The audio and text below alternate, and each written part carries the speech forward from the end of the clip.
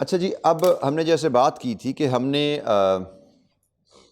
Budgeting process में हम पहले फंक्शनल बजट बनाते हैं starting from the principal budget factor, और उस प्रिंसिपल बजट फैक्टर के इर्द गिर्द बाकी बजट्स बनते हैं।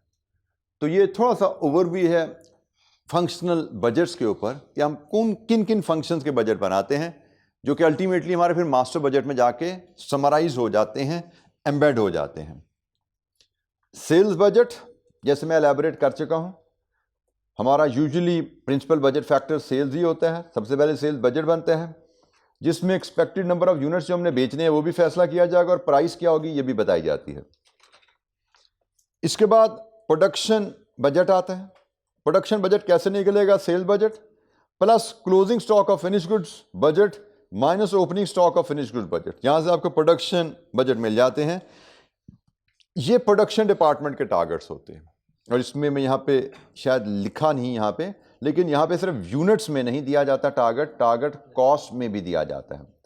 कॉस्ट का भी टारगेट दिया जाता है, इतने यूनिट इस कॉस्ट में आपने बनाने हैं। देन यहां से फिर डायरेक्ट मटेरियल बजट बनता है। जब आप प्रोडक्शन बजट बना लेते हो तो इसमें से कई बजट मजीद निकल आते हैं। डायरेक्ट मटेरियल यूजेज बजट, सबसे पहले आप देखते हो कितने यूनिट बनाने हैं और raw material requirement per unit कितनी है, यहां से आपको पता लग जाएगा कितनी क्वांटिटी यूज होनी है। फिर यहां से परचेज बजट निकल आएगा आपका क्वांटिटी कि आपने कितनी क्वांटिटी यूज करनी है, plus closing stock of raw material minus opening stock of raw material. ये आपका परचेज बजट आ जाता है। और परचेज बजट आपका क्वांटिटी में भी हो सकता है, परचेज बजट आपका अमाउंट में भी हो सकता है, कितनी क्वांटिटी खरीदनी है और क्या प्राइस का टारगेट होगा। ये आपके समझिए प्रोडक्शन एंड प्रोक्योरमेंट टीम के टारगेट्स आ गए। Raw material usage budget production team का बजट है कि आपको कितनी क्वांटिटी यूज करके यूनिट्स बनाने हैं। Procurement budget quantity wise purchase team का टारगेट है। Procurement budget amount wise purchase team का टारगेट है। ठीक है, सो ये डायरेक्ट मटेरियल बजट यहां से निकल आते हैं। ये सारी बेसिक इक्वेशंस हैं जो हमने पढ़ते आ रहे हैं, इंट्रो टू काउंटिंग से आप पढ़ते आ रहे हो। लेबर बजट, कितने आवर्स चाहिए, किस रेट पे हायर होने चाहिए, आवर्स कितने चाहिए, इसमें हमें आवर्स पर यूनिट पता होंगे, यूनिट कितने बनाने ये पता होंगे। लर्निंग कर्व हमारे स्कोप में तो नहीं है, यहाँ पे कैप 3 में पढ़ चुके हैं, इधर we won't be tested in that. Theoretically बोलने में मैंने बोल दिया था, लेकिन यहाँ पे हम उसका टेस्ट हमें नहीं किया जाता। हमें आवर्स पर यूनिट पता हो, हमें कितने यूनिट बनाने पता हो, वहाँ से टोटल आवर्स बन जाएंगे और किस रेट पर उनको हायर होना चाहिए, तो ये डायरेक्ट लेबर बजट बन जाएगा जिसमें आवर्स कितने प्रोडक्शन में इस्तेमाल होने हैं ये प्रोडक्शन टीम का बजट है, कितने आवर्स में इतने यूनिट बनाने हैं आपने, और कितने आवर्स हायर करने और किस रेट पे हायर करने, ये एचआर टीम का बजट हो जाएगा। मैन्युफैक्चरिंग ओवरहेड बजट, प्रोडक्शन के दौरान हमारे ओवरहेड्स की मद में कितना खर्चा लगेगा, ये भी प्रोडक्शन का खर्चा है। इसमें आपकी जितने यूनिट्स बनाने हैं उनके लिए कितने आवर्स लगेगी और उतने आवर्स में कितनी मेंटेनेंस और कंज्यूमेबल्स के खर्चे होंगे, वो सारी प्लानिंग ओवरहेड्स में यहाँ पे आ जाएगी। इसमें फिक्स्ड ओवरहेड भी आ जाते हैं, इसमें वेरिएबल ओवरहेड भी आ जाते हैं, इसमें ओवरहेड एब्जॉर्प्शन रेट भी आ जाता है। तो जब ओवरहेड बजट की हम बात करते हैं तो इसमें ओवरहेड एब्जॉर्प्शन रेट की डिटर्मिनेशन भी आ जाती है। हम ओवरहेड एब्जॉर्प्शन रेट भी मैन्युफैक्चरिंग ओवरहेड की प्लानिंग में निकालते हैं कि बजटेड खर्चा फिक्स्ड ओवरहेड की मद में कितना होगा, बजटेड खर्चा वेरिएबल ओवरहेड की मद में कितना होगा, कितने हमारे आवर्स या यूनिट्स बनने हैं, उसके हिसाब से हमारा ओआर यहाँ पे क्या बनता है। इसी स्टेज पे ओआर डिटरमिन किया जाता है। Closing stock of finish goods inventory, हमारी कंपनी पॉलिसी के मुताबिक हमें कितने यूनिट्स ऑफ क्लोजिंग स्टॉक रखने चाहिए। Cost of goods manufacture budget, जो यूनिट हमने बनाने हैं उनका खर्चा मटेरियल लेबर ओवरहेड की मद में क्या लगेगा, ये सारा यहाँ पे किया जाता है। Cost of goods sold budget, cost of goods manufactured आपको पता होना चाहिए। ये सारा फ्लो पीएनएल का मैं अगर क्विकली आपके सामने बना दूं, क्योंकि यहाँ पे हमें डिफरेंट फंक्शंस में इसकी ज़रूरत पड़ने वाली है। मैं पीएनएल का फॉर्मेट जो डिटेल एक बनाऊं, सेल्स यूनिट्स इनटू प्राइस होती है। फिर कॉस्ट ऑफ सेल्स में अगर आपको याद हो तो हम opening stock of raw material plus raw material purchases minus closing stock of raw material, यहां से आपको मिलता है रॉ मटेरियल कंज्यूम्ड। फिर इसमें आप ऐड करते हो conversion cost incurred, conversion cost material आपके लेबर एंड ओवरहेड्स दोनों आ गए, आपने इसमें ऐड किया conversion cost incurred during the period, तो आपको मिलती है मैन्युफैक्चरिंग या प्रोडक्शन कॉस्ट, मैन्युफैक्चरिंग या प्रोडक्शन कॉस्ट इसको कह लीजिए। फिर इसमें आप ऐड करते हो opening stock of work in process minus करते हो closing stock of work in process, तो आपको मिलती है कॉस्ट ऑफ गुड्स मैन्युफैक्चर्ड।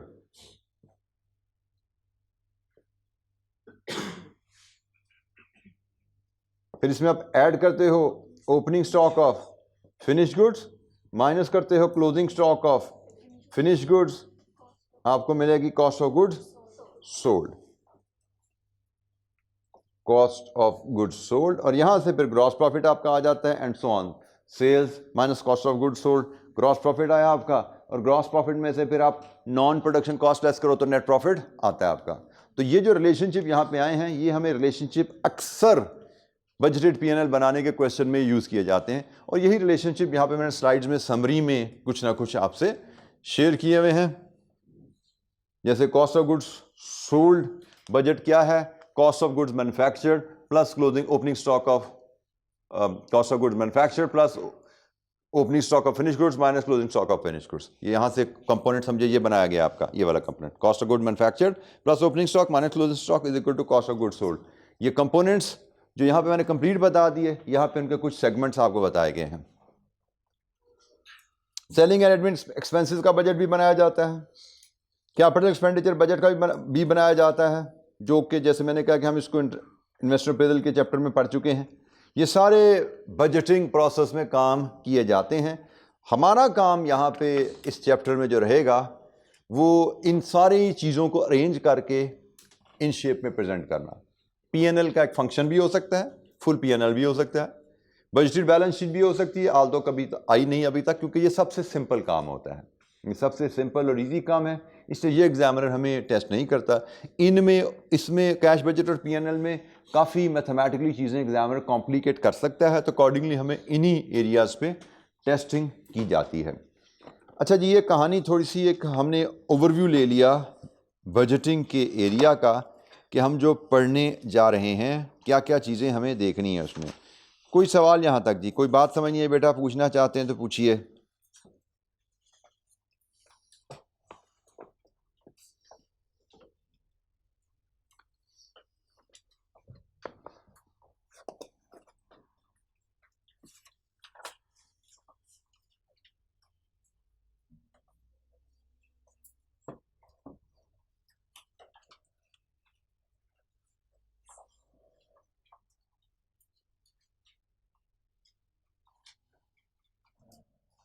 अच्छा, हम एक काम करते हैं, कैश बजट की थोड़ी कहानी है, उसको हम बाद में डिस्कस कर लेंगे। पहले एक इलस्ट्रेशन 1 है जो एक फंक्शनल बजट की एक छोटी सी वर्किंग है, तो पहले हम इसको देख लेते हैं जी।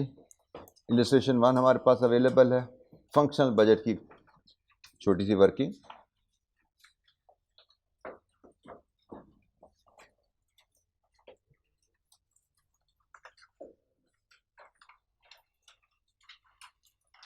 हमसे यहाँ पे कहा जा रहा है जी 3 चीज़ें बनाने को। Produce the following budgets for each of the quarter 1, 2, 3 and 4। 4 quarters के लिए चीज़ें हमसे मांगी जा रही हैं। Sales budget showing sales volume in units and sale revenue in rupees. ये बात आगे ना भी बताई जाए तो सेल्स बजट का मतलब है कि volume into price is equal to rupees, this is sale budget, ठीक है। लेकिन चूंकि इलस्ट्रेशन है, आपको सिखाने के लिए बताया जा रहा है। अब प्रोडक्शन बजट लेकिन सिर्फ यूनिट्स में, और raw material purchase budget KGs में भी और रुपीज़ में भी। ये हमें 3 बजट करने को कहा जा रहा है। ये फंक्शनल बजट है, sales budget, production budget and raw material purchase budget. और प्रोडक्शन बजट में उसने क्लियर कर दिया सिर्फ यूनिट्स का बजट बनाना है, कॉस्ट का बजट नहीं चाहिए। Shaikh limited produces a single product sigma, the cost card of sigma is as under। cost card से मराद cost per unit की budgeted estimated detail। direct material 3 kg into 6 18, direct labor 2 hours into 10 20, fixed overhead 2 hours into 2 4। ये है जी cost card 42। Sheikh Limited prepares budget on quarterly basis with each quarter consists of 13 weeks, 5 working days per week. ये detail बेटा question में बड़ी ध्यान से आपने पढ़नी होती है, क्योंकि बजटिंग में इन्हीं नंबर्स को ज़रब तकसीम करके हमने रिक्वायर्ड वैल्यू पे पहुंचना होता है। जैसे मैंने कहा ना, बजटिंग में हमें काम ही यही दिया जाता है कि सवाल ध्यान से पढ़ो, जो वेरिएबल्स वैल्यूज दी जा रही हैं, किसको किससे ज़रब देना है, किसको किससे तकसीम करना है, किसको किस में से डिडक्ट करना है, ऐड करना है, इसका हिसाब किताब लगाना है। तो हर नंबर को केयरफुली पढ़ना है, क्योंकि every number in the budgeting question may have implication in our calculation. तो उसने कहा जी आपके एक क्वार्टर में 13 हफ्ते होते हैं और हर वीक में 5 वर्किंग डेज होते हैं और बजट क्वार्टरली बनाया जाता है, मतलब 13 हफ्तों का बजट बनाया जाता है और 13 इंटू 5 65 वर्किंग डेज का बजट बनाया जाता है। जहां पे भी जरूरत होगी उस हिसाब से हम वर्किंग करेंगे। Selling price is ₹56।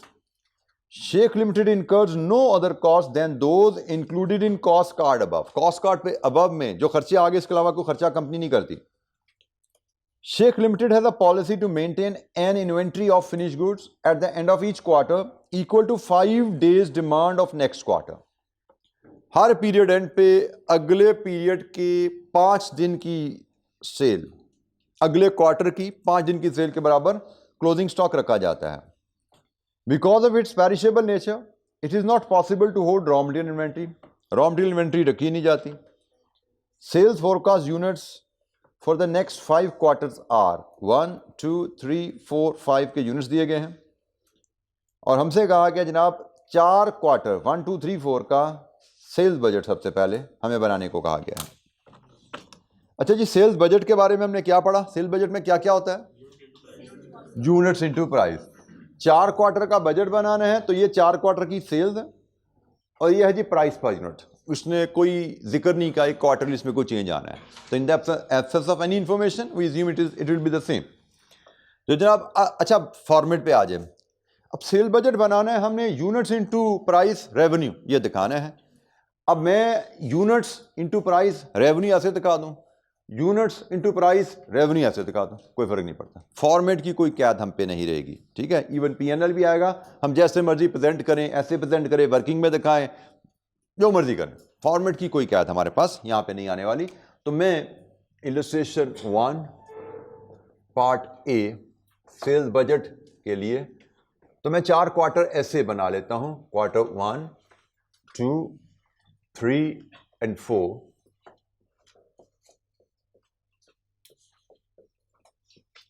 और मैं चूंकि वैल्यूज काफी ज्यादा है तो मैं सेल्स यूनिट्स इन 1000 ले लेता हूं, फिर मैं प्राइस इन रुपीस ले लेता हूं और जब मैं प्राइस इनटू यूनिट्स मल्टीप्लाई करूंगा तो मेरा रेवेन्यू जो आएगा वो रुपीस इन 1000 में आ जाएगा, ठीक है। तो that's it, this is my sales budget.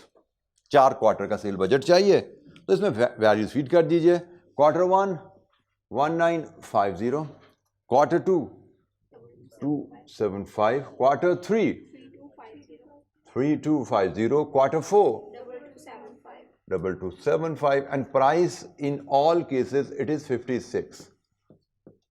लीजिए जी मल्टीप्लाई करें। Quarter 1 revenue 109 200, quarter 2 400, quarter 3 182 000 and quarter 4 127400। Sales budget is done. Sales budget में हमें रेवेन्यू तक ही पहुंचना होता है, which is units into price. Quarterly revenue बनाना था तो हमने क्वार्टरली सेल्स यूनिट्स लिए और क्वार्टरली रेवेन्यू बना लिया प्राइस से मल्टीप्लाई करके।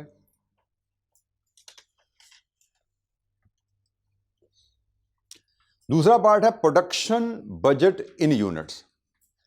सेल्स बजट बना लिया तो प्रोडक्शन, सेल्स से प्रोडक्शन का सफर क्या था जी, ये यहां पे लिखा हुआ है। यूनिट्स सोल्ड से प्रोडक्शन, यूनिट्स प्रोड्यूस, क्या बजट है जी? Units sold plus closing stock minus opening stock is equal to units produce. Production budget यही बनेगा ना।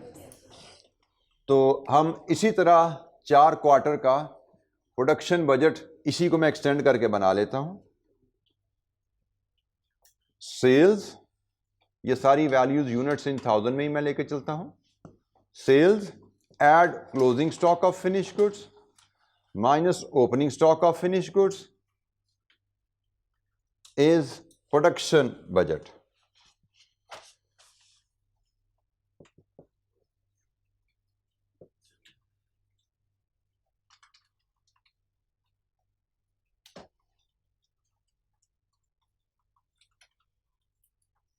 अच्छा जी, सेल्स के नंबर हमारे पास ऊपर आ रहे हैं 1950, 2275, 3250 एंड 2275।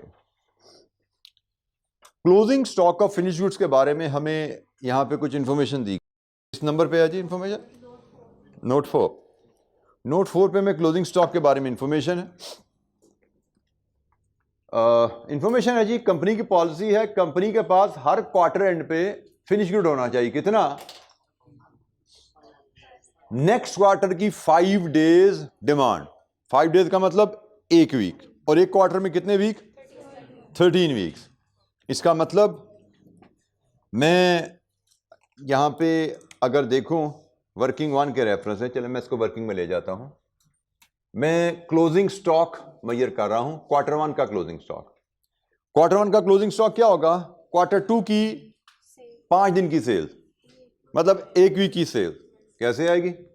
2275 ओवर 13, ऐसा ही आज कितनी जी? 175। क्वार्टर 2 का क्लोजिंग स्टॉक क्वार्टर 3 की सेल पे डिपेंडेंट है। 3250 ओवर 13, 250। क्वार्टर 3 का क्लोजिंग स्टॉक क्वार्टर 4 की सेल पे डिपेंडेंट है, अगेन 175। और क्वार्टर 4 का क्लोजिंग स्टॉक क्वार्टर 5 की सेल पे डिपेंडेंट है, 1950 ओवर 13, 150। लीजिए जी, क्लोजिंग स्टॉक हमारे पास आ गया। क्वार्टर 1 का क्लोजिंग स्टॉक 175, 250, 175 एंड 150। एंड एक क्वार्टर का जो क्लोजिंग स्टॉक होता है वो नेक्स्ट का ओपनिंग स्टॉक बन जाता है। ठीक है जी। सो 175 क्वार्टर 1 का क्लोजिंग, और ये क्वार्टर 2 का ओपनिंग, 250 एंड 175। सिर्फ यहाँ पे एक चीज़ अब रह गई हमारी, वो है जी ये नंबर। अब यहाँ पे थोड़ा सा हमें लॉजिकली चीज़ों को देखना होता है। हर चीज़ बिल्कुल रेडीली प्लेट में रख के नहीं दी जाती जैसे अभी तक थी। अब यहाँ पे देखो हो क्या रहा है, इसकी सेल्स पे इसका क्लोजिंग स्टॉक, और ये क्लोजिंग स्टॉक अगले का ओपनिंग स्टॉक, ऐसा ही है। अल्टीमेटली हर क्वार्टर का ओपनिंग स्टॉक उस क्वार्टर की सेल्स से लिंक है। हर क्वार्टर का ओपनिंग स्टॉक, क्लोजिंग स्टॉक अगले क्वार्टर की सेल्स से लिंक है, लेकिन ओपनिंग स्टॉक इसी से लिंक है ना भाई। हर क्वार्टर का ओपनिंग स्टॉक उसी क्वार्टर की सेल्स से लिंक हुआ हुआ है, तो भाई इसका ओपनिंग स्टॉक इससे लिंक होगा ना। तो 1950 की बेस पे क्लोजिंग स्टॉक ये बनता है।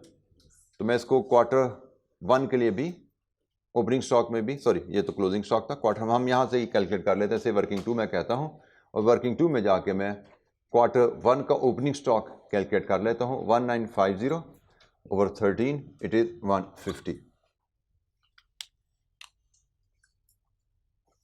लीजिए जी, ये हमारा प्रोडक्शन बजट रेडी हो गया, क्योंकि इसने भी यहाँ से यहाँ पे पहुँचना है, जिस तरह बाकी सब पहुँच रहे हैं, तो यहाँ पे भी यही हरकत होनी थी।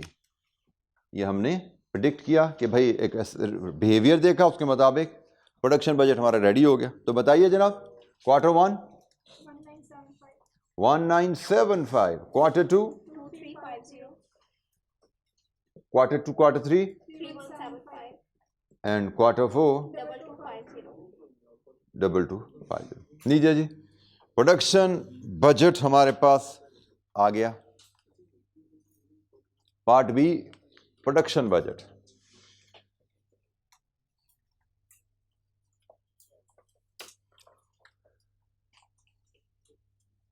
सॉरी, तो बेटा मैंने इसलिए कहा था ध्यान से पढ़ो, पहला जुमला जाओ, उसमें क्या लिखा हुआ है, एक वीक में कितने दिन होते हैं?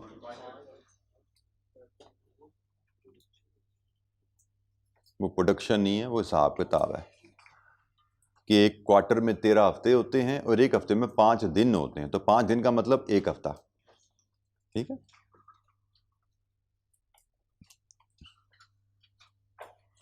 जी बेटा, एनी अदर क्वेश्चन? बजटिंग में बेटा मैं फिर बता दूं, इसमें ऑनेस्टली स्पीकिंग रिवीजन के नाम पे कुछ नहीं होगा इस टॉपिक में। 2-3 सफ़े है ना रिवीजन, बस 2 सफ़े हैं जो किताब में लिखे हैं, वही रिवीजन है। असल में इस चैप्टर की रिवीजन होनी थ्रू प्रैक्टिस है। इससे पहले मैं आपको हर चैप्टर में कहता हूँ रिवीजन को अलहदा से अहमियत देनी है, बट इस चैप्टर में आपको क्लियरली कह रहा हूँ कि रिवीजन नाम की चीज़ ना होने के बराबर है, इसमें है ही प्रैक्टिस। और प्रैक्टिस में क्वेश्चन को बार बार पढ़ने की आदत रहेगी आपकी। आम क्वेश्चन अगर हो सकता है 2 से 3 में समझ आता हो, तो बजटिंग क्वेश्चन आपको 3 से 4 दफ़ा पढ़ने चाहिए, चैलेंजिंग होंगे, क्योंकि सब एग्जामिनर को भी पता है इसमें कॉन्सेप्ट तो है ही नहीं। तो मैंने स्टेटमेंट्स में ही घुमाना है बच्चे को, स्टेटमेंट्स को पढ़ना और उससे नंबर निकालने की एबिलिटी ही मैंने बच्चे की टेस्ट करनी है, और तो कुछ है नहीं बजटिंग में।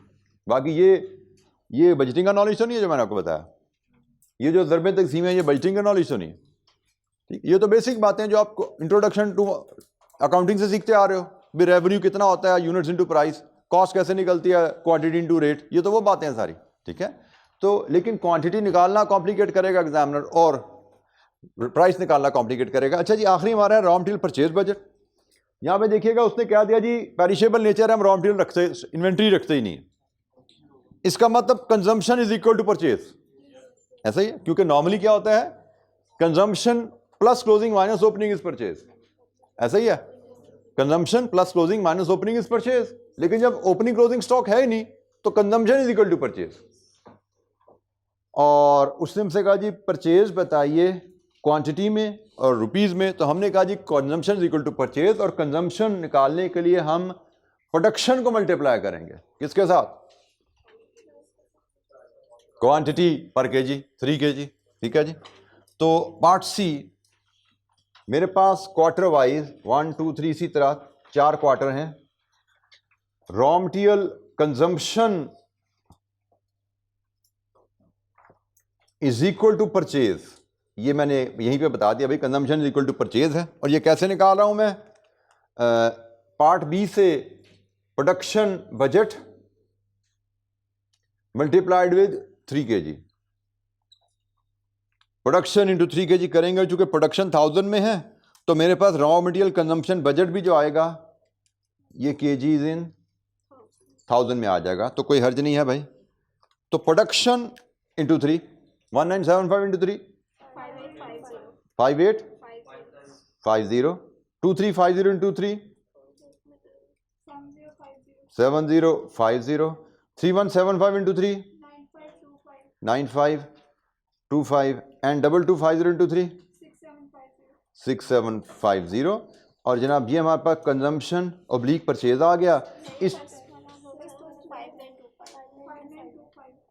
5925 1975 इंटू 3, ठीक है जी। और इसको मल्टीप्लाई कर दें आप प्राइस पर केजी से, ये हमें बजट में अवेलेबल है ₹6, और यहाँ से आपका परचेज बजट कंप्लीट हो जाएगा, ये आपका रुपीज़ इन 1000 में आ जाएगा, ठीक है। अब उसने हमसे केजीज में मांगा था, तो ये जनाब केजीज आ गए, उसने रुपीज़ में मांगा, ये रुपीज़ का बजट आ गया।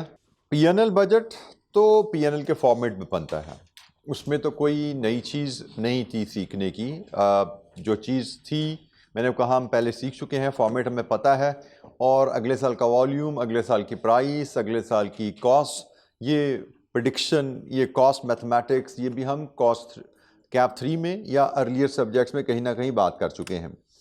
बैलेंस शीट में भी एज सच कोई इशू नहीं, same format, current asset, current liabilities, equity, long term liabilities वही रहता है, बस आपको बता दिया जाता है कि अगले साल क्या क्या चेंजेस एक्सपेक्टेड है। जैसे आपको बता दिया जाएगा अगले साल सेल्स कितनी होंगी, अगले साल डेटर्स पॉलिसी क्या होगी, तो डेटर बैलेंस निकल आया, अगले साल कॉस्ट ऑफ सेल कितनी होंगी, तो अगले साल क्रेडिटर पॉलिसी क्या होगी, क्रेडिटर बैलेंस आ गया, इन्वेंट्री डेज मिल जाए इन्वेंट्री बैलेंस आ गया, एसेट खरीदा जाएगा उसकी डेप्रिसिएशन इतनी होगी, एसेट का बैलेंस आ गया। सो इस तरह का डाटा आपको दिया जाएगा जिससे आपके लिए मैथमेटिक्स करना कि अगले साल हमारे एंड पे एसेट्स लायबिलिटीज़ क्या होंगी कोई दिक्कत नहीं होती। इंशाअल्लाह वो भी हम देखेंगे, अभी इलस्ट्रेशन में जाएंगे। हाँ, कैश बजट का फॉर्मेट थोड़ा सा फ़र्क होता है कैश फ्लो से जो आपने पढ़ी होती हैं, तो ज़रा उस फॉर्मेट को डिस्कस करते हैं और इसमें कैश बजट में किन चीज़ों का ख्याल रखना होगा में उसको हम देखते हैं। कैश बजट का फॉर्मेट आपने जो अकाउंटिंग रिपोर्टिंग में पढ़ा उससे सिंप्लीफाइड है। कैश बजट वहाँ पे तो हम पढ़ते थे ना operating activities, investing activities, financing activities, यहाँ पे ऐसा कुछ नहीं है, यहाँ पे सिंप्लीफाइड है। हम कैश बजट जो बनाते हैं, कैश रिसीट्स आइटम्स यहाँ आ जाएंगी, कैश पेमेंट्स आइटम यहाँ आ जाएंगी, और इसके बाद रिसीट्स पेमेंट को नेट करेंगे तो हमें मिल जाएगा नेट हमारी रिसीट है या पेमेंट है। इसमें opening balance brought forward adjust करेंगे तो क्लोजिंग बैलेंस कैरिड फॉरवर्ड आ जाता है। ये हमारा कैश बजट का फॉर्मेट है। जनरली कैश बजट हमें वैसे तो जैसे पीएनएल सालाना बन रहा है तो कैश बजट भी सालाना बनाने को हमें कहा जा सकता है, but as a practice cash budget is generally broken down into smaller period. मतलब examiner may ask us to prepare quarterly cash budget for the next year, और examiner may ask us to prepare monthly cash budget for the next 6 months. Usually एक column में नहीं, एक column वाला question भी cash budget का आता है, लेकिन मल्टीपल कॉलम में हमें कैश बजट को बनाने को कहा जाता है। वो मंथली कॉलम हो सकते हैं 6 महीने के, वो क्वार्टरली कॉलम हो सकते हैं 4 महीने के, वो एक कॉलम भी हो सकता है साल का, डिपेंड, हमें दोनों तरह के सवाल नजर आते हैं, but we need to prepare. PNL में हमें एक कॉलम ही सालाना साल का पीएनएल बताओ या अगले क्वार्टर का पीएनएल बताओ, एक ही कॉलम जनरली मांगा जाता है, एक से ज़्यादा कॉलम हमें पीएनएल में बनाने को नहीं कहा जाता, बट कैश बजट में हमें एक से ज़्यादा कॉलम मिल सकते हैं। तो फॉर्मेट तो जनाब आपके सामने है। फॉर एग्जांपल मल्टीपल मंथ्स हैं तो से मैं कहते हैं क्वार्टर 1 और क्वार्टर 2 है, 2 क्वार्टर का उसने बजट कहा, तो हमने हर क्वार्टर की रिसीट बनानी है, नेट रिसीट लेंगे, ब्रॉड फॉरवर्ड लाएंगे, कैरिड फॉरवर्ड, इधर का बैलेंस इधर चला जाएगा एंड सो ऑन। ये सिंपल सा फॉर्मेट है, आसान फॉर्मेट है। अच्छा, कैश बजट में हमारे लिए पॉइंट्स टू कंसिडर क्या है, किन चीज़ों का हमें ख्याल रखना होता है। हमें कैश बजट बनाने के लिए एग्जामिनर रेवेन्यू की फिगर देगा, बट रेवेन्यू के बारे में हमें पता होना चाहिए कि revenue is not equal to receipt, क्योंकि रेवेन्यू में तो कैश सेल्स भी होती हैं और क्रेडिट सेल्स भी होती हैं। तो yes, cash sales is equal to receipt, cash sales equal to receipt, लेकिन क्रेडिट सेल्स के बारे में you need to know the credit terms. आपको क्रेडिट टर्म्स का पता होना चाहिए, उसके बाद आप क्रेडिट सेल्स को और क्रेडिट टर्म्स को दोनों को कंसिडर करके रिसीट बना सकते हो। फॉर एग्जांपल, आपको कहा जाता है कि आप मंथली आपकी सेल्स जो हैं, हम क्रेडिट सेल्स की बात करते हैं, आपकी क्रेडिट सेल्स से जनवरी की 10 लाख है और आपकी पॉलिसी है कि 50% of the recovery is the month of sale and 30% in the next month and the remaining is after 2 months। इसका मतलब क्या हुआ, जनवरी में सेल्स तो 10 लाख की हैं, लेकिन कैश रिसीट्स हम देखेंगे तो जनवरी में 5 लाख है, फरवरी में 3 लाख है और मार्च में 2 लाख है। तो सेल्स पीएनएल में, अगर हम पीएनएल बना रहे हैं तो रेवेन्यू पीएनएल में ये जनवरी का है, लेकिन कैश बजट में इसके 3 हिस्से करके मैं 3 कॉलम में डालने पड़ेंगे। अगर हमें जनवरी फरवरी मार्च तीनों का कैश बजट बनाना है तो ये रिसीट हम जनवरी में दिखाएंगे, ये फरवरी में दिखाएंगे, ये मार्च में दिखाएंगे। सो पहली बात हमें रिसीट्स के एंगल से ख्याल रखना है कि revenue is not equal to receipt. हाँ, कैश सेल है वो रिसीट के बराबर है, लेकिन क्रेडिट सेल्स हैं तो क्रेडिट सेल्स से रिसीट बनाने के लिए हमें क्रेडिट टर्म देखनी पड़ती हैं। तो ये जैसे एक क्रेडिट सेल्स है और यहां से हमने ये रिसीट्स बनाई है depending considering the credit term. तो कैश बजट में एक तो हमें रिसीट्स और रेवेन्यू का फर्क को समझना है और रेवेन्यू से रिसीट कैसे बनानी है इसका ख्याल रखना है। दूसरी चीज हमें जो ख्याल रखना है that is expense is not equal to payment. Expense payment नहीं होती। हमें कहा जाएगा जी जनवरी के महीने में हमारा 5 लाख का खर्चा हुआ डिफरेंट हेड्स में, फरवरी में 10 लाख का खर्चा हुआ डिफरेंट हेड्स में। Expense is not payment for 2 reason.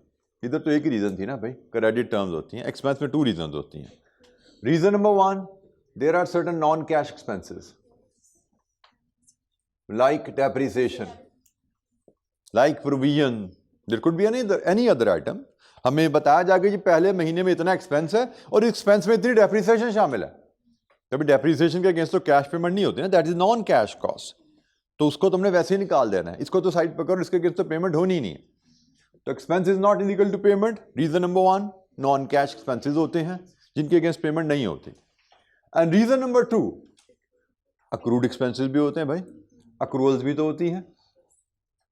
तो एक्सपेंस तो जनवरी में बुक हुआ लेकिन पेमेंट उसकी फरवरी में होनी है या मार्च में होनी है, तो will have to see that as well.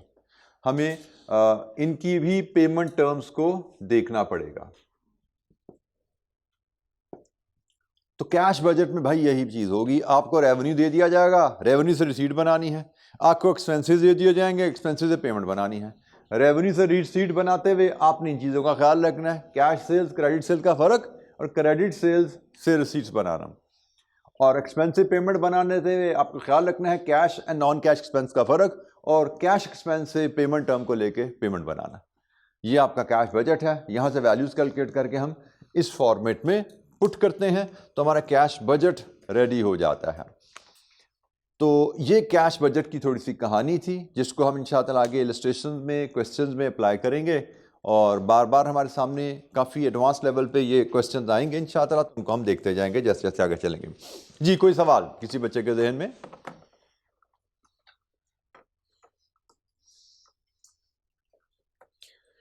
Cash budget बनाने का मकसद यहाँ पे जैसे थोड़ा सा हमें फंक्शंस बताए गए हैं, तो मैं इसका ब्रीफली अगर आपको फ़ायदा बता दूं, हम कैश बजट क्यों बनाते हैं।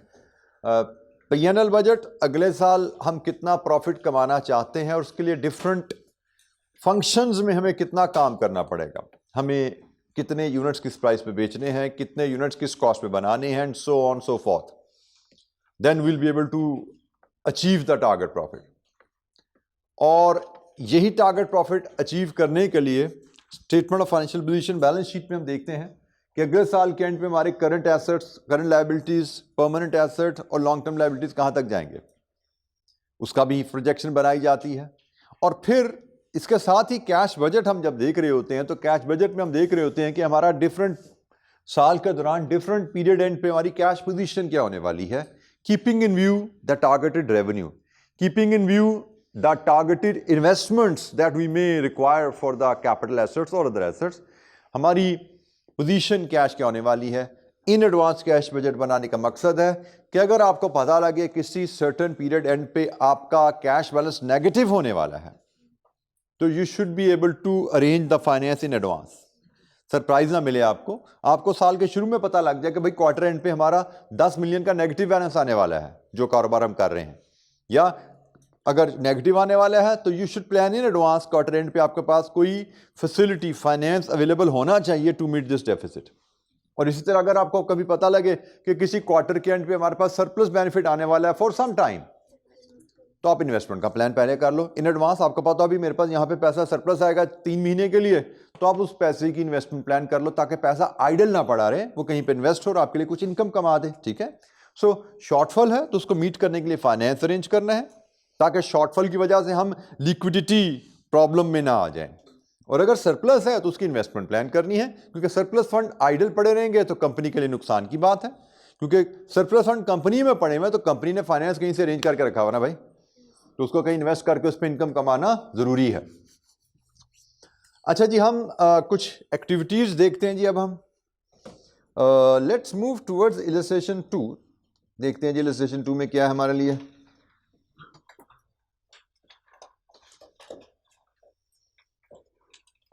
मास्टर बजट की एक छोटी सी एक्टिविटी है जी, एक basic level activity, master budget. Although exam में क्वेश्चन मैंने आपसे कहा था मास्टर बजट नहीं आता, लेकिन ये इलस्ट्रेशंस हैं, सीखने के लिए हैं। तो इसमें हमसे कहा जा रहा है जी, prepare the following budgets for the 6 month ending 31 December. Cash budget बनाइए, पीएनएल बजट बनाइए एंड बैलेंस शीट का बजट बनाइए, बजट बैलेंस शीट बनाइए। तो मास्टर बजट की एक छोटी सी एक्टिविटी, हमें रिक्वायरमेंट्स दी गई हैं। तो लेट्स रीड द क्वेश्चन, फिर वन बाय वन इनको हम एड्रेस करेंगे। Hashim limited, illustration 2। Hashim Limited is in the process of preparing master budget for 6 months ending 31st December 20x6. The balance sheet as at 30th June 20x6 is estimated as under. मतलब आप जुलाई से दिसंबर का budget बनाने जा रहे हो और ये आपकी ओपनिंग बैलेंस शीट है, 30 जून की balance sheet, opening balance sheet जिसको हम कह सकते हैं। पेड अप कैपिटल है, एक्यूमुलेटेड प्रॉफिट्स हैं, करंट लायबिलिटीज में ट्रेड क्रेडिटर्स, अदर क्रेडिटर्स हैं, और इस साइड पे एसेट साइड पे fix asset cost at cost है, लेस एक्यूमुलेटेड डेप्रिसिएशन है, और करंट एसेट में stock, debtors and bank balance है। ये जी आपकी स्टेटमेंट ऑफ फाइनेंशियल पोजीशन कह लीजिए, इसको बैलेंस शीट कह लीजिए, टैली होगी। The budget committee has derived the following trading forecast for the 6 months ending 31 December x6। ये ट्रेडिंग फोरकास्ट है जी। अच्छा, इसमें मई जून का डाटा एक्चुअल है और ये है फोरकास्ट। अब इसमें मैंने आपको बताया था कि एग्जामिनर फोरकास्ट और बजट की टर्म्स को अक्सर इंटरचेंजेबली यूज़ कर लेता है, तो फोरकास्ट मीन बजट हमारे लिए यहाँ पे, ठीक है। अनलेस वो हमें फोरकास्ट और बजट का फ़र्क बताए क्वेश्चन में, हम फोरकास्ट को ही बजट लेके चलते हैं। तो यहाँ पे उसने कहा जी ये हमारी फोरकास्ट है। क्या जनाब, इसमें जैसे मैंने ये उसने लिख दिया भाई, ये सारा फोरकास्ट नहीं, ये 2 मंथ्स एक्चुअल हैं। Sales in units, purchases in rupees, wages salaries in rupees, overhead excluding depreciation, मतलब इसमें डेप्रिसिएशन शामिल नहीं है, ये कैश एक्सपेंडिचर है। You are given the following information. Selling price in May was 6 unit, 6 rupees per unit, and this is to be increased to rupees 8 per unit in October. 50% of sales are for cash and 50% on credit to be paid in two months later. Cash sales understood है, जिस महीने की cell उसी महीने पैसा आता है, लेकिन क्रेडिट सेल्स उसने कहा 2 महीने क्रेडिट पे है, मतलब जून की सेल का पैसा अगस्त में आएगा, and so on. Purchases are to be paid for 2 months after the purchase, ये सप्लायर को क्रेडिट है जी 2 महीने का हमारे पास सप्लायर का। Wages and salaries are to be paid as follows, 75% in the month incurred and 25% the following month. Overheads are to be paid 1 month in arrears. Fixed assets are to be paid in 3 equal installment in 3 months following the purchase. Fixed asset खरीदेंगे तो asset खरीदने के अगले 3 महीनों में बराबर 3 किस्तों में पेमेंट होनी है। जिस महीने एसेट खरीदा उससे अगले 3 महीने में 3 किस्तों में बराबर पेमेंट करते हैं अगर एसेट खरीदेंगे आप। Dividends are to be paid 3 months after they are declared and receipts from the share issue are budgeted to be received in the month of issue. Depreciation on fixed assets for 6 months ending 31 December 2006 is to be charged rupees 8,500. Opening stock at the beginning of the period under review was equal to 2 months purchases. At 31st December, it will be equal to 3 months purchases. In September 2006, 20,000 shares of rupee 1 nominal value will be issued at par. Dividend of rupees 10,000 will be declared in October. Fixed asset will be purchased in November for 30,000 rupees. prepare the following budgets for 6 months ending 31st December, cash budget, P&L budget and balance sheet budget. अच्छा जी, मैं पहले P&L budget बनाऊंगा, फिर cash budget बनाऊंगा, उसके बाद फिर हम बैलेंस शीट का बजट बनाएंगे। हम इस सीक्वेंस में चलेंगे, पहले P&L, फिर कैश बजट, उसके बाद हम बनाएंगे बैलेंस शीट बजट। अच्छा जी, P&L बजट की जब हम बात करते हैं तो हमें तो ज़हन में आता है जी, हमने तो 2 तरीके सीखे थे, मार्जिनल कॉस्टिंग, एब्जॉर्प्शन कॉस्टिंग, किस मेथड से P&L बनाए। तो जनाब यहाँ पे तो क्वेश्चन रहेगा साइलेंट, क्वेश्चन ने ऐसा कोई जिक्र ही नहीं किया, ठीक है। तो फिर हमारी मर्जी, हम जैसे मर्जी बना लें, कोई फ़र्क नहीं पड़ता, ठीक है। तो हम देखेंगे डाटा कैसा है, तो डाटा में कोई फिक्स्ड और वेरिएबल खर्चों का अलग-अलग जिक्र किया गया, कोई नहीं किया गया। तो अच्छा, यहाँ पे फिर इसका मतलब हमें कोई टेंशन है ही नहीं। अच्छा, ये भी ध्यान में रखिए, अगर हम एब्जॉर्प्शन कॉस्टिंग में जाते हैं तो sales minus production cost of sales gross profit आता है, gross profit minus non production cost net profit आता है। यहाँ पे इसने एक्सपेंसेस का जिक्र किया, कोई प्रोडक्शन और नॉन प्रोडक्शन में कोई फर्क किया? कोई फर्क नहीं। इसका मतलब ये तो और ही जिंदगी आसान है, revenue minus cost equal to profit. Production और नॉन प्रोडक्शन का चक्कर भी कोई नहीं यहाँ पे, ठीक है। तो revenue minus cost, all cost, सब कुछ जितनी यहाँ पे अवेलेबल है सारी निकाल दो तो भी कोई हर्ज नहीं है, क्योंकि उसने किसी स्पेसिफिक मेथड पे तो कहा ही नहीं। P&L का है तो P&L में तो रेवेन्यू हमें देखना है और खर्चे देखने हैं, उससे आप हमारा P&L बन जाएगा। तो लीजिए जी, हम चलते हैं P&L की तरफ। 6 महीने का P&L बनना है,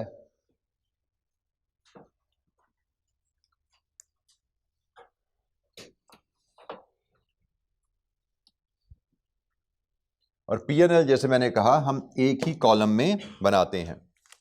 हम देख रहे हैं इलस्ट्रेशन नंबर 2 और इसका हम पार्ट सेकंड है P&L का, उसकी तरफ जा रहे हैं।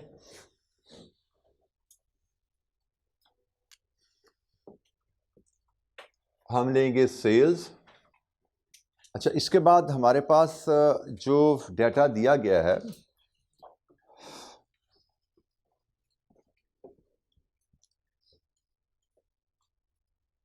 परचेजेस हैं, फिर ओपनिंग स्टॉक रॉ मटेरियल का है गालिबन, और क्लोजिंग स्टॉक भी रॉ मटेरियल का है, ठीक है। और फिर हमें इसकी प्रोडक्शन करनी है, तो हम इसकी प्रेजेंटेशन कुछ ऐसे रखेंगे, लेस कॉस्ट ऑफ सेल्स मैं लिखता ज़रूर हूं, लेकिन इसमें सारी कॉस्ट मैं इकट्ठी कर दूंगा, production non production. Opening stock add purchases less closing stock. यहां से हमारे पास आएगा मटेरियल कंज्यूम्ड, मटेरियल कंज्यूम्ड, इसमें बाकी खर्चे ऐड कर दें। किन किन खर्चों का जिक्र है यहाँ पे? वेजेस एंड सैलरीज, ओवरहेड्स, और किसी और खर्चे का जिक्र है? डेप्रिसिएशन को हम ओवरहेड में डाल देंगे। किसी और खर्चे का जिक्र है इस पूरे डाटा में? एफरेंटली मुझे लगता है कहानी इतनी ही है। बिल्कुल ठीक है जी, तो हम इसको यहीं पे चले, एक आध लाइन आइटम छोड़ देते हैं, को आगे तो डाल देंगे। यहीं पे हम लेते हैं हमारा नेट प्रॉफिट और लॉस। अच्छा, यहाँ पे एक बात देखिएगा, क्योंकि इसमें डिविडेंड डिक्लेयर की बात भी हो रही है, तो हम इसको P&L में ही इसको दिखाएंगे, क्योंकि हम सेपरेट कोई स्टेटमेंट तो बना नहीं रहे। तो हम इसमें ऐड करेंगे अक्यूमुलेटेड प्रॉफिट ब्रॉट फॉरवर्ड, फिर इसमें से लेस करेंगे डिविडेंड डिक्लेयर्ड,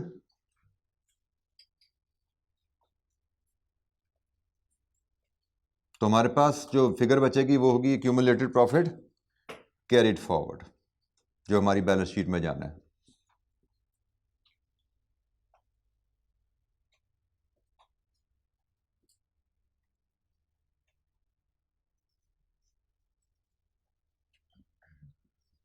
ये है जी हमारा P&L का फॉर्मेट, जिसको हमें पॉपुलेट करना है।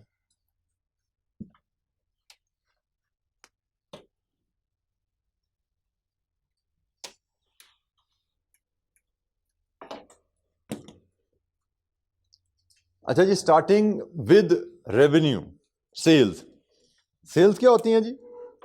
Units into price. हमारे पास जुलाई से लेके दिसंबर तक के यूनिट्स हैं, हमें जुलाई से दिसंबर का पीएनएल बनाना है, और जुलाई से दिसंबर की प्राइस का हिसाब किताब ये नोट नंबर 1 में आ रहा है।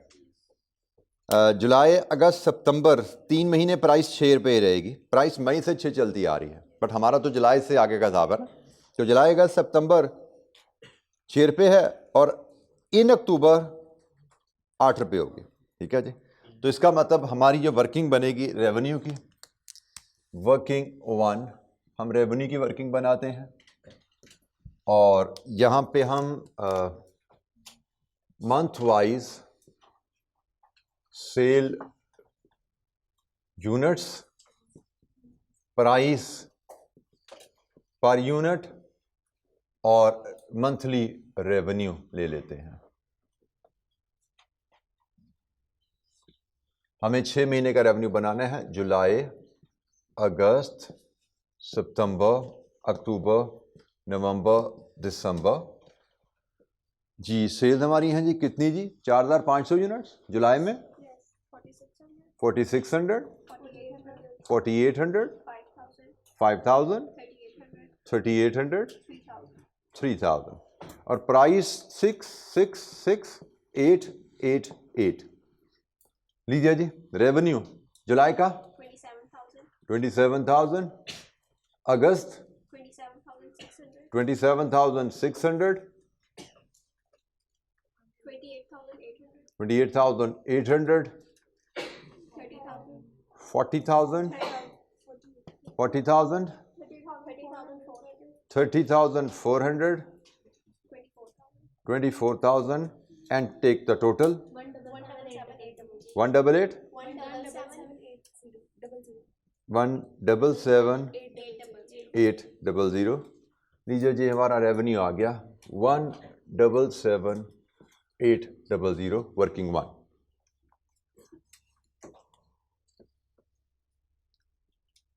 Revenue units into price. Question में हमें 6 महीने के यूनिट्स पता है, क्वेश्चन में हमें 6 महीने की प्राइस पता है, तो हर महीने के यूनिट्स को उसकी प्राइस से मल्टीप्लाई कर रेस्पेक्टिव हमारे पास मंथली रेवेन्यू आ गया। हमें 6 मंथली पीएनएल बनाना है, 6 मंथली रेवेन्यू आ गया। ओपनिंग स्टॉक, हमें बताया गया है कि जो पॉलिसी कंपनी की चल रही है उसके मुताबिक, note number 9, opening stock at the beginning of the period under review was equal to 2 month purchases। Opening stock 2 महीने के परचेज के बराबर था, लेकिन 31 दिसंबर को ये 3 महीने की परचेज के बराबर होगा। ठीक है, ओपनिंग स्टॉक 2 महीने की परचेज के बराबर है और क्लोजिंग स्टॉक 3 महीने की परचेज के बराबर होगा। इधर बोर्ड पे देखो, ओपनिंग स्टॉक मतलब 1 जुलाई, तो 1 जुलाई को पिछले 2 महीने की परचेज, और क्लोजिंग स्टॉक मतलब 31 दिसंबर, 31 दिसंबर को पिछले 3 महीने की परचेज। सो ओपनिंग स्टॉक हमारा है 12,000 जमा 13,000, 25,000। क्लोजिंग स्टॉक हमारा है 14,000 प्लस 12,000 प्लस 12,000, 8,000। और परचेजेस उठाना चाहो तो यहीं से आप वर्किंग 2 में जाके एक सम करके दिखा दो इसको। परचेजेस आपकी हम यहाँ पे दिखा देते हैं जी, ये वर्किंग 2 में हमारी परचेजेस आ जाएंगी।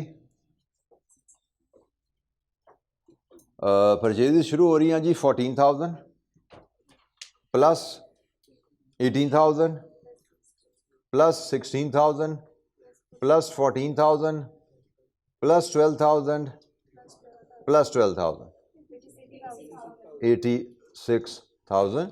लीजिए जी, ये परचेजेस आ गई। तो opening stock plus purchases minus closing stock, material consumed 73,000।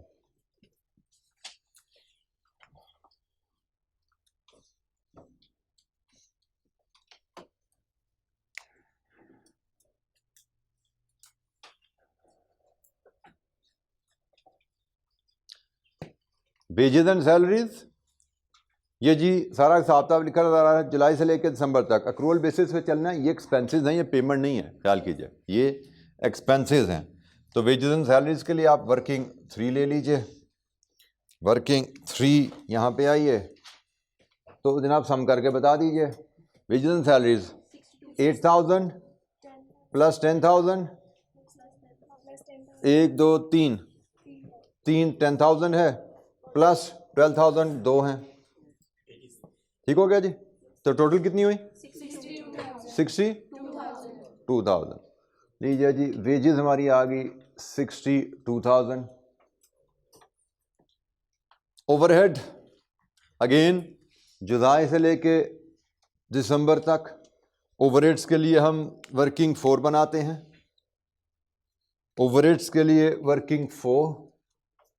अब 3 महीने जुलाई का सितंबर 7,000 है, प्लस 8,000 3 महीने है, प्लस डेप्रिसिएशन। ओवरहेड से डेप्रिसिएशन भी तो डाल लिया ना, ये तो डेप्रिसिएशन के बगैर है, हम तो पीएनएल बना रहे हैं, पीएनएल में तो सारी कॉस्ट आती है। कितना बना? 40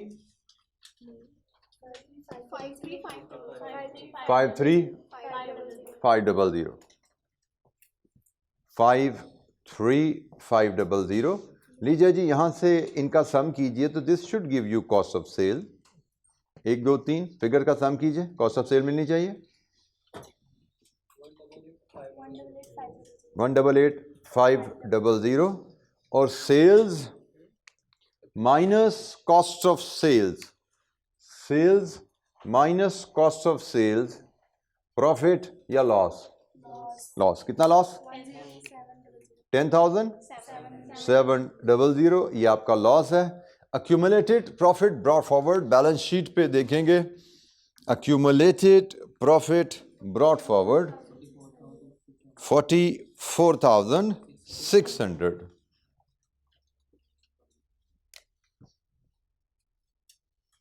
और डिविडेंड डिक्लेयर्ड कितना था जी? 10,000। तो बताइए यहां से profit carried forward 23,700।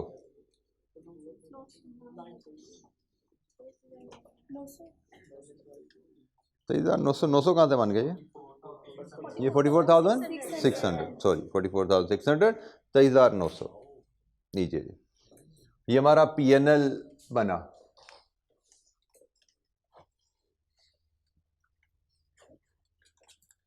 Any question, कोई सवाल? बजटेड पीएनएल हमने यहां पे बना लिया। हमारा पार्ट 2 था पीएनएल बनाइए।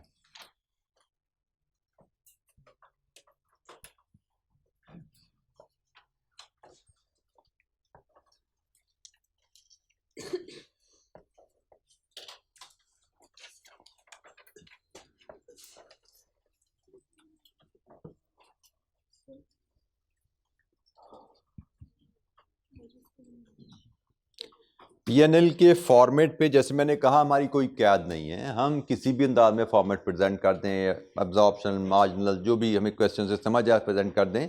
इवन जैसे मैंने यहाँ पे कोई ग्रॉस प्रॉफिट वगैरह की फिगर नहीं निकाली, मैंने सीधा प्रॉफिट पे लेके आऊँ मैं, क्योंकि मुझे प्रोडक्शन नॉन प्रोडक्शन कॉस्ट का फ़र्क ही नहीं पता था। तो मैंने कहा मैं उस ग्रॉस प्रॉफिट नेट प्रॉफिट के चक्कर में क्यों पढ़ूँ, सीधा मैं नेट प्रॉफिट की फिगर लाया हूँ। मैंने कोई डिफ्रेंशिएट नहीं किया इसमें कि ग्रॉस प्रॉफिट क्या है और नेट प्रॉफिट क्या है, because that is not my requirement here. मैं कोई फाइनेंशियल अकाउंटिंग के तहत पीएनएल नहीं बना रहा जहाँ पे हमारी स्पेसिफिक फ्रेमवर्क रिक्वायरमेंट होती है। मैं किसी इंस्ट्रक्शन के तहत कि भाई फलाने मेथड से पीएनएल बनाओ, वो फॉलो नहीं कर रहा।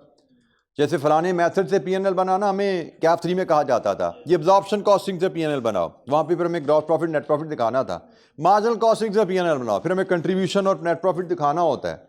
यहाँ पे उसने कहा जी पीएनएल बनाओ।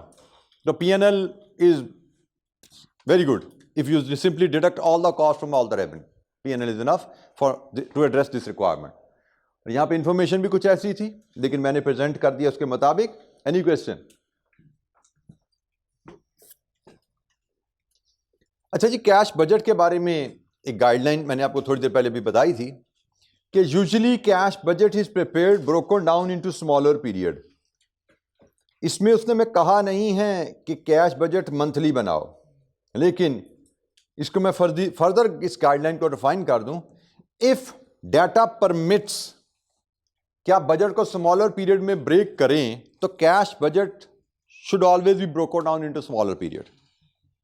अब यहां पे हम देख सकते हैं हमें रेवेन्यू और कॉस्ट का डाटा मंथली अवेलेबल है, इसका मतलब हम रिसीट्स और पेमेंट मंथली बना सकते हैं। तो जब हम रिसीट्स और पेमेंट मंथली बना सकते हैं तो हमें कैश बजट को मंथली प्रेजेंट करना है। ये क्वेश्चन मे और मे नॉट डिमांड, क्वेश्चन हो सकता कहे मंथली बजट बनाओ, क्वेश्चन हो सकता ना कहे मंथली बजट बनाओ। और अगर क्वेश्चन हमें इंस्ट्रक्शन नहीं देता तो हमें देखना पड़ेगा क्या हमें डाटा परमिट करता है, डाटा में हमारी ये ऐसी फ्लेक्सिबिलिटी है कि हम मंथली बना सकें। कुछ जगह होगा जब हमें डाटा मंथली ब्रेकअप अवेलेबल नहीं होगा, हम रिसीट्स मंथली बना ही नहीं सकेंगे, पेमेंट मंथली बना ही नहीं सकेंगे। जहां पे ना बना सकें वहां पे हम इकट्ठा एक कॉलम में कैश बजट बना देंगे, सारी 6 महीने की रिसीट, सारी 6 महीने की पेमेंट इकट्ठी कर देंगे। लेकिन जहां पे हमें फ्लेक्सिबिलिटी हो वहां पे हम जाएंगे मंथली बजट के लिए। जैसे इस केस में we should go for monthly budget. अच्छा जी, बजट के लिए मैं अब यही जो टेबल है वो यहीं पे जगह इस्तेमाल करता हूँ, उधर हमारे पास जगह ज़रा कम पड़ी है तो मैं इसी को इस्तेमाल करने जा रहा हूँ।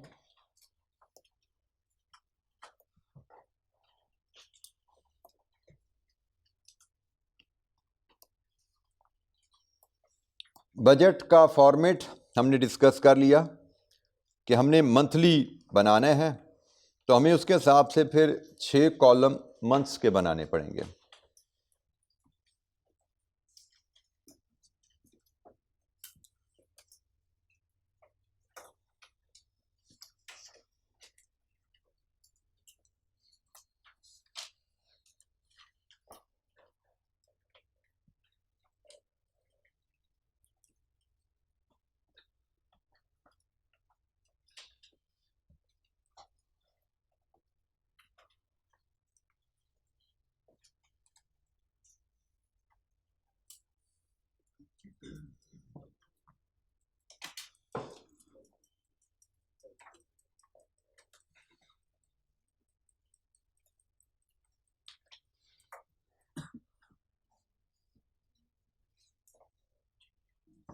अच्छा जी, जैसे मैंने आपको कैश बजट में बताया, हम एक हेडिंग देंगे कैश रिसीट्स की और फिर कैश रिसीट्स की आइटम्स आइडेंटिफाई करते हैं।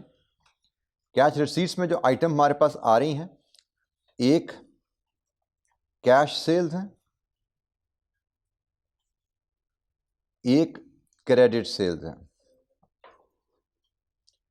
फिर शेयर इशू है जहां से पैसे हमें आने हैं। इसके अलावा कोई सोर्स ऑफ इनफ्लो सवाल पढ़ते में समझ आया था? सेल्स के अलावा शेयर रिसीट से पैसे आ रहे हैं, ठीक है। हम यहां पे इसके बाद हम इसका चाहे तो नेट डाल दें रिसीट्स का टोटल, सब टोटल, चाहे तो ना डालें। हम सीधा आगे कैश पेमेंट्स पे चले जाते हैं। कैश पेमेंट्स में हमारे पास एक सैलरीज एंड वेजेस हैं,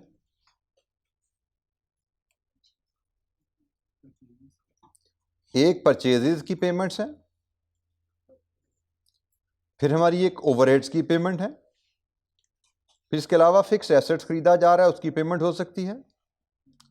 इसके अलावा डिविडेंड का जिक्र भी किया गया है, उसकी पेमेंट का भी मामला हो सकता है। और कोई पेमेंट की साइड हमें नजर आती है? मे बी शायद यही चीजें हैं। इसके बाद मैं एक आध लाइन यहां पे स्पेयर छोड़ के नेट रिसीट्स या पेमेंट्स कॉलम का टोटल कर लेंगे और बैलेंस ब्रॉट फॉरवर्ड लेंगे और फिर बैलेंस कैरीड फॉरवर्ड लेंगे। बैलेंस ब्रॉट फॉरवर्ड मुझे बैलेंस शीट में ऑलरेडी अवेलेबल है। करंट बैलेंस शीट में balance brought forward cash and bank balance कितना है जी? 3000। बैलेंस ब्रॉट फॉरवर्ड मेरे पास ऑलरेडी जुलाई का आ रहा है 3000, ठीक है जी, वो भी मैंने फीड कर दिया।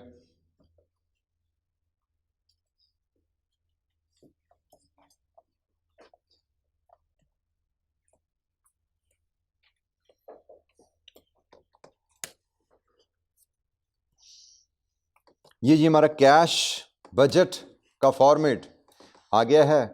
ये हम पार्ट 1 कर रहे हैं जी सवाल का। अब हम इस बजट के फॉर्मेट को पॉपुलेट करते जाएंगे as per the requirement.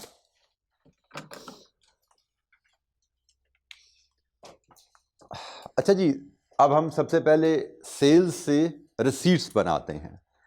Sales से रिसीट्स बनाने के लिए हमें दो चीज़ें चाहिए होती हैं।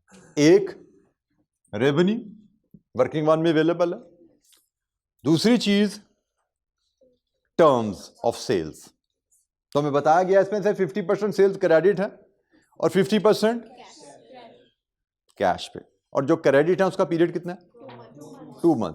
मतलब जुलाई की सेल्स का 50% पैसा हमें आ जाएगा जुलाई में, और जुलाई की सेल का 50% आएगा सितंबर में। ठीक है, तो हम क्योंकि 50-50% का हिसाब है तो मैं 50% ऑफ मंथली रेवेन्यू बना लेता हूं।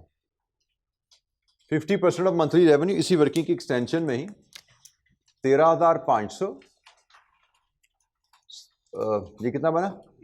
13,800, 14,400, 20,000, 15,200 और 12,000।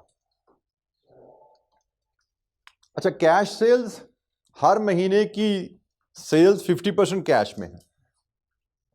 इसका मतलब जुलाई की 50% सेल कैश की है। जुलाई की 50% सेल कितनी है? 13,500। अगस्त की 50% सेल 100, सितंबर की 50% सेल 14,400 और अक्टूबर की 50% 20,000, नवंबर की 50% 15,200 और दिसंबर की 50% जी 12,000। और जुलाई की 50% आनी है सितंबर में। तो जुलाई की 50% आनी है सितंबर में 13,500, 13,800, 14,400, 20,000। अच्छा, यहां पे एक इशू और भी है, वो ये कि उसने आपको जो मई और जून की सेल दी है ना, वो उनका भी कोई मकसद था। मई और जून की ये जो सेल्स की फिगर हैं, इनका भी मकसद है। मई की सेल कितनी है और जून की सेल कितनी है? वैल्यू बताओ। 24,000 और 25,200। ये सेल्स तो हमारे पिछले पीरियड की है, मेरे लिए रेलेवेंट नहीं है। लेकिन मई की सेल का 50% 12,000 कब आना है? जुलाई में, बिल्कुल ठीक है। और जून की सेल का 50% कितना बनता है? 12,600। ये कब आना है?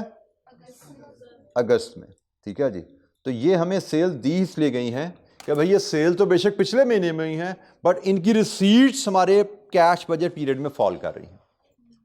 ठीक है, तो कैश बजट के लिहाज से यह भी ख्याल रखना है कि आपकी करंट पीरियड के रेवेन्यू से रिसीट नेक्स्ट पीरियड जाएगी। जैसे हमें आप देख रहे हैं नवंबर दिसंबर की क्रेडिट सेल की रिकवरी हमारे पीरियड में नहीं आई। वो 31 दिसंबर को हमारे डेटर खड़े हुए हैं। 31 दिसंबर को बैलेंस शीट बनाओगे ना, उसमें नवंबर दिसंबर की जो क्रेडिट सेल है वो डेटर आएगी, क्योंकि उनकी रिसीट्स नहीं आई। इसी तरह जो मई और जून की सेल्स की क्रेडिट सेल्स थी, वो 30 जून को हमारे डेटर थे। उनकी रिकवरी में जुलाई अगस्त में होनी है। आप बैलेंस शीट में भी जाके देख सकते हो। आपके ये 12,000 जमा 12,600, 24,600 आपकी बैलेंस शीट में डेटर्स आने चाहिए, ट्रेड डेटर। ये 24,600, ये आपके 24,600 डेटर्स आ रहे हैं। तो इन 24,600 में से 12,000 की रिकवरी आपकी आनी है जुलाई में और 12,600 की रिकवरी आनी है अगस्त में। एग्रीड? ये हमने वर्किंग का रेफरेंस देना है, हमने क्रेडिट सेल्स की वर्किंग का रेफरेंस देना है। मैंने आपको वर्किंग यहीं पे करके दिखा दी। और इधर आ जाएंगे ये 12,000 और अगस्त में आ जाएंगे 12,600। ये हमारी सेल्स से रसीट्स पूरी हो गई। कैश सेल्स और क्रेडिट सेल्स हमारी रसीट्स सेल्स से कंप्लीट हुई। एंड जी, कोई सवाल यहां पे किसी बच्चे के ज़हन में? सेल्स से हमने रसीट्स कैसे बनाई? शेयर इशू, कितने शेयर इशू कर रहे हैं, कब इशू कर रहे हैं? आप सितंबर में शेयर इशू कर रहे हैं। और कितने शेयर इशू कर रहे हैं?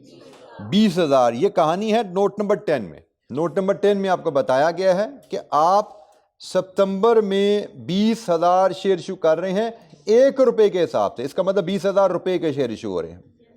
और फिर नोट नंबर 7 में जाइए तो यहां पे बताया गया receipts from issue of share are budgeted to be received in the month of issue. जिस महीने इशू होगा उसी महीने पैसे आएंगे। इसका मतलब शेयर इशू के पैसे किस महीने आएंगे? 20,000 रुपए हमें सितंबर में ही आ जाएंगे। शेयर इशू से पैसे हमें 20,000 रुपए आने हैं और वो आने हैं सितंबर में।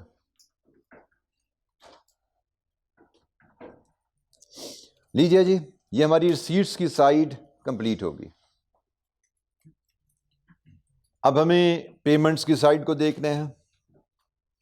पेमेंट की साइड पे हमने बात कर ली कि हमें एक्सपेंस में नॉन कैश एलिमेंट आइडेंटिफाई करने हैं और फिर पेमेंट टर्म देखनी है।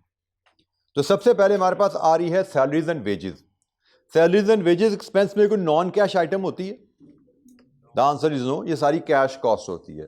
फिर इसकी पेमेंट टर्म देख लो। फिर पेमेंट टर्म्स के बारे में उसने कहा है वेजेस, नोट नंबर 4 वेजेस में वो कहता है 75% wages of salaries are to be paid, salaries are to be paid as follows: 75% in the month incurred and 25% in the following month। तो हमें वेजेस एंड सैलरीज की कैश पेमेंट के लिए एक वर्किंग बनानी पड़ेगी। हम एक वर्किंग बना लेते हैं इसकी, और वो वर्किंग हमारी कैसे दिखेगी? 6 महीने का बजट बनाना है जी आपने। तो मैं यहाँ पे अगर सैलरीज एंड वेजेस की वर्किंग बनाऊं, जुलाई, अगस्त, सितंबर, अक्टूबर, नवंबर, दिसंबर, 75% of current month, 25% of previous month and total. July expenses हम अपने सामने ले आते हैं। जुलाई की सैलरीज कितनी है? 8,000। इसका 75% 6,000। अगस्त 75%, अगस्त की सैलरी है 10,000, 7,500। सितंबर 7,500, अक्टूबर 7,500, नवंबर 9,000, दिसंबर। तो हर महीने की सैलरी पकड़ी हमने, उसका 75% सेम मंथ पे हो गया और फिर उसका 25% नेक्स्ट मंथ। मतलब जुलाई का 25% अगस्त में, अगस्त का 25% सितंबर में, सितंबर का 25% अक्टूबर में, अक्टूबर का 25% नवंबर में, नवंबर का 25% दिसंबर में, और दिसंबर का जो बच गया वो हमारा अक्रूड एक्सपेंसेस। बैलेंस शीट में अक्रूड एक्सपेंसेस आएंगे क्योंकि 31 दिसंबर की बैलेंस शीट बनानी है ना हमने। पेमेंट हमने जनवरी में करनी है, बट जनवरी का बजट मैं बना नहीं रहा, मुझे तो 31 दिसंबर तक की रिसीट और पेमेंट का हिसाब करना है। अच्छा, यहां पे हमारी जुलाई में ही पेमेंट आएगी ना। जून की सैलरी का 25% 2,000।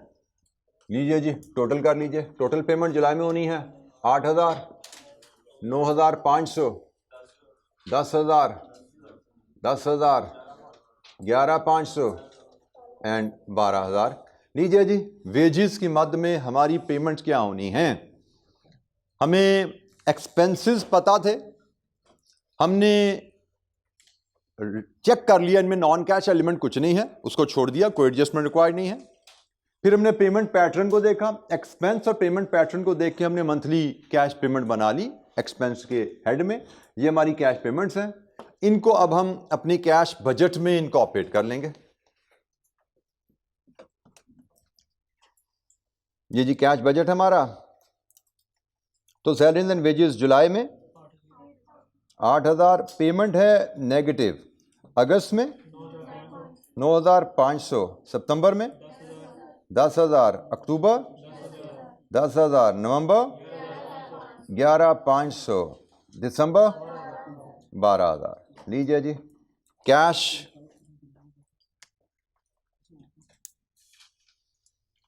पेमेंट्स आ गई हमारे पास।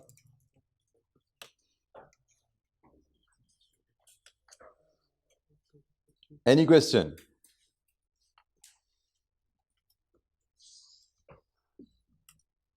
परचेजेस के पेमेंट के बारे में है नोट नंबर 3, कहता है जी purchases are to be paid for 2 months after the purchase. मतलब मई की परचेज पे होनी है जून जुलाई, जून की परचेज होनी है अगस्त। इसका मतलब हमें जो पेमेंट लेनी है परचेजेस के अगेंस्ट वो ये है भाई, मई से लेके अक्टूबर तक ये हमारी पेमेंट्स हैं। ये जुलाई की है, ये अगस्त की है, ये सितंबर है, ये अक्टूबर है, ये नवंबर है, ये दिसंबर है। सो डाटा हमारे पास है सारा परचेज का, पेमेंट टर्म्स हमारे पास है। परचेजेज में तो कॉस्ट ज़रूर है लेकिन इसमें नॉन कैश आइटम कुछ नहीं होती। तो उसने कहा जी परचेजेज 2 month एरियर में पे होती हैं। तो हम यहाँ से डाटा उठाएंगे और अकॉर्डिंगली जुलाई में परचेज की पेमेंट होगी, किताब खोल लो भाई, 12,000, अगस्त में 13,000, 14,000, नेक्स्ट 18,000, 16,000, 14,000। लीजिए जी परचेजेस की पेमेंट आ गई। जिस मंथली परचेजेस अवेलेबल थी पेमेंट टर्म्स को देखा, उसके हिसाब से कैश पेमेंट बना ली। ओवरहेड के बारे में भी आसानी है। नोट नंबर 5 उसने कहा जी overheads are paid 1 month in arrears. अच्छा, ओवरहेड के बारे में ये बात उसने पहले ही क्लियर कर दी, भाई इसमें नॉन कैश शामिल नहीं है, ये कैश कॉस्ट है, तो हमें नॉन कैश की एडजस्टमेंट नहीं डालनी। 1 month एरियर है, इसका मतलब जून की पेमेंट जुलाई में, अगस्त में, सितंबर, अक्टूबर, नवंबर एंड दिसंबर। ये है जी हमारी 6 महीने की कैश पेमेंट। पीएनएल बनाते हुए हमने अक्रूवल लगाया था और यहाँ पे अब हमने पेमेंट टर्म्स देखनी है। ठीक है, ये ख्याल किया पीएनएल में मैंने जुलाई से दिसंबर का खर्चा लिया था, लेकिन कैश बजट में एरियर्स चल रहा है ना, तो जून की पेमेंट जुलाई में आ रही है। मैं जून से लेके जो नवंबर तक का खर्चा उसको शो कर रहा हूँ। तो मेरे पास 4 महीने 7,000 और 2 महीने 8,000, यही है जी बजट हमारा। ओवरहेड का बजट, कैश पेमेंट 4 महीने 7,000, 1, 2, 3, 4 और 2 महीने 8,000।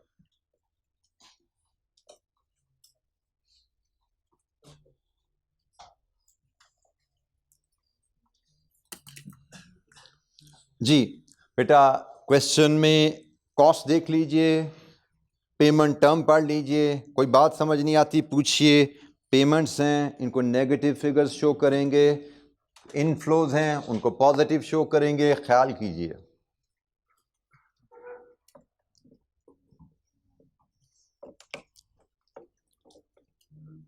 जी यहां तक किसी बच्चे को कोई दिक्कत जी? अच्छा जी, फिक्स एसेट्स के बारे में 2 नोट्स हैं रेलेवेंट। एक नोट है नोट नंबर 12 कि फिक्स एसेट आपने नवंबर में 30,000 का ख़रीदना है, और दूसरा नोट है रेलेवेंट आपका नोट नंबर 6 जिसमें वो कह रहा है कि फिक्स एसेट की जो पेमेंट होगी ना फिक्स एसेट से अगले महीने से 3 किस्तों में। मतलब नवंबर में जो आप एसेट खरीदोगे इसकी पेमेंट कब शुरू होगी? दिसंबर से। दिसंबर, जनवरी, फरवरी, और पेमेंट की 3 बराबर किस्तें। एक किस्त कितनी है? 10,000। इसका मतलब हमारे पीरियड में तो सिर्फ बाकी 20,000 बैलेंस शीट में पेबल चला जाएगा। जब बैलेंस शीट बनाएंगे ना 20,000 तो पेबल चला जाएगा। हमारे पेमेंट पीरियड में सिर्फ फिक्स एसेट के अगेंस्ट दिसंबर के महीने में 10,000 की पेमेंट आने वाली है।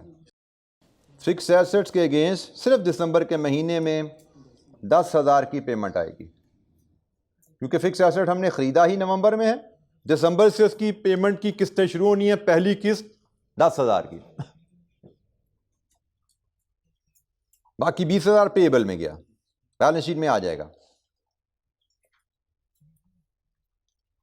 आखिरी आइटम डिविडेंड की। डिविडेंड के लिए पहले पढ़ लीजिए note number 11।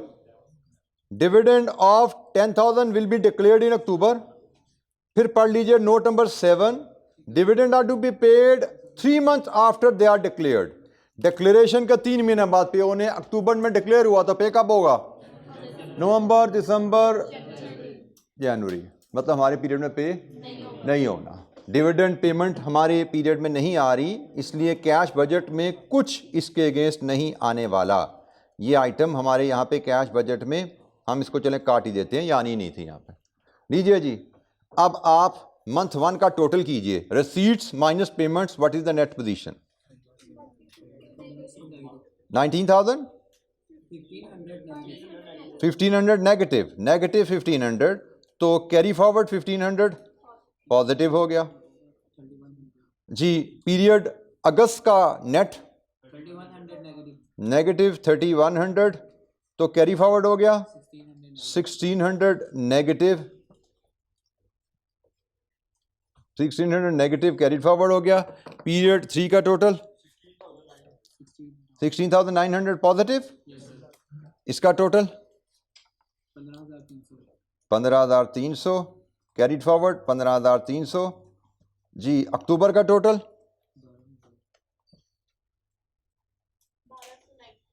1200 negative, total 14,100 carried forward हो गया। नवंबर का 5,900 नेगेटिव, टोटल 8,200 कैरीड फॉरवर्ड हो गया।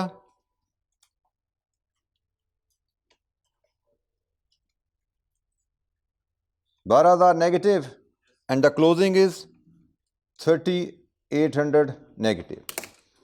लीजिए जी, कैश बजट तैयार है और ये भाई कैश एंड बैंक बैलेंस का नेगेटिव बैलेंस जहाँ से निकला ये मेरी बैलेंस शीट में चला जाएगा एज ओवरड्राफ्ट।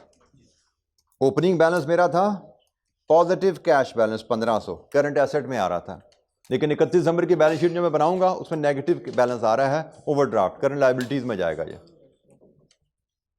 कैश बजट हमारा कंप्लीट है। Any question? जी बेटा, बेटा दोबारा चेक कर लो, 12,000 है, आंसर मेरे सामने खुला हुआ है और मेरे बच्चों ने भी कंफर्म कर दिया कि 12,000 ही है, तो आप रीचेक कर लो टोटल ज़रा।